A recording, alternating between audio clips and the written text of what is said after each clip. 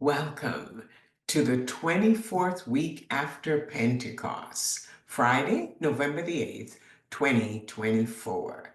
This is the Manna at the Tap podcast, where as a community we actively seek the spiritual nourishment our souls crave.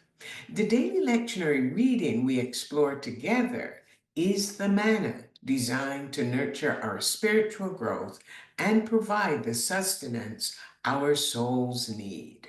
I'm Gloria, your fellow traveler on this spiritual journey, and together we share insights and interpretations from these readings that enrich our spiritual lives. The story of Ruth has come full circle, beginning in Bethlehem, the house of bread, which was experiencing a famine.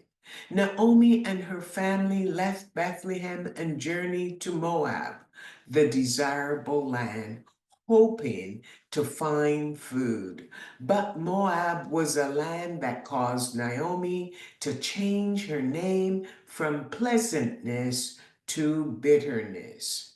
Her husband and two sons died there, leaving her with two Moabite daughters in law. Her life will slowly return to pleasantness as she journeys back to Bethlehem, which now has bread. Ruth meets a wealthy landowner named Boaz, in whose field she went to glean, and the emptiness that Naomi felt will be replaced with the bread of the word of the Lord as she seeks to find the security Ruth needs for a home and a husband. What stands in the way is an unnamed man with the first rights of refusal. Boaz, whose name means swift, promised Ruth he would deal with the situation that day. He went to the city gate to talk with the man, suggesting that he purchase the land Naomi was selling that belonged to their relative Elimelech, Naomi's deceased husband. The no-name man jumped at the opportunity to redeem the land so it would stay in the family. Then Boaz added that as part of the deal, he also acquired Ruth, the Moabite, and was obligated to marry her and produce an heir for her deceased husband, Mahlon. The child would then inherit the property when he grew up.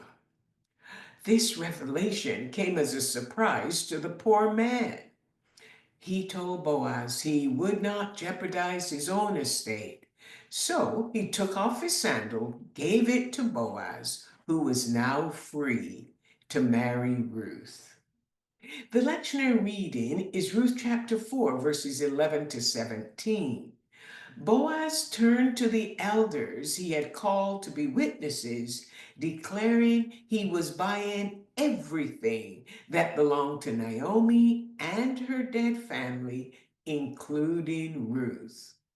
Most importantly to Boaz was maintaining the family name, not the family property. The town erupted in celebration, pronouncing a blessing on Ruth. They asked that God would make her like Rachel and her sister Leah, the wives of Jacob, who collectively gave birth to 12 sons who produced the entire nation of Israel. The people then narrowed the family genealogy to Perez, the son of Judah, whose mother was named Tamar, who tricked Judah into giving her twins. Having secured Ruth as his wife, Boaz leaves the city gate. He makes love to her. The Lord enabled her to conceive, and they are blessed with a son.